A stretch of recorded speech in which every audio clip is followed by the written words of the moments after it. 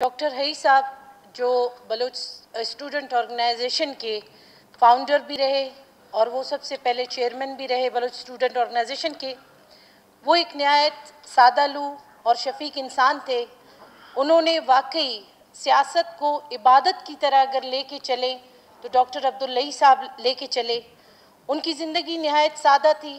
जब भी सेक्रेटरीट में या रोडों पे कहीं भी आपको मिलते, कोई प्रोटोकॉल उनके साथ कभी नहीं रहा। सारी ज़िंदगी उन्होंने नहीं लिया। वो पैदल भी जाते, वो जहाँ भी सेक्रेटरीट में मिलते तो किसी गरीब और मिस्कीन के साथ उसके काम करने के लिए वो आए होते थे।